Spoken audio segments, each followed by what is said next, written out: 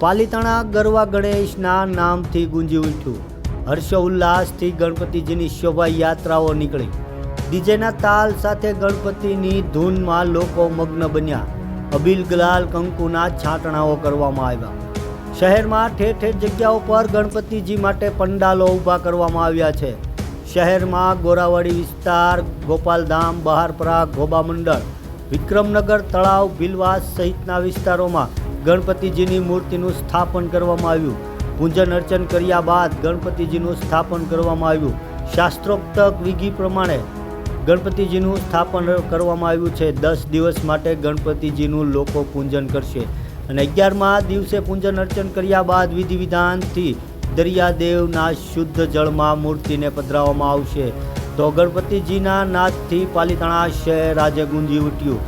લોકોમાં ભારે ખુશીનો માહોલ જોવા મળ્યો.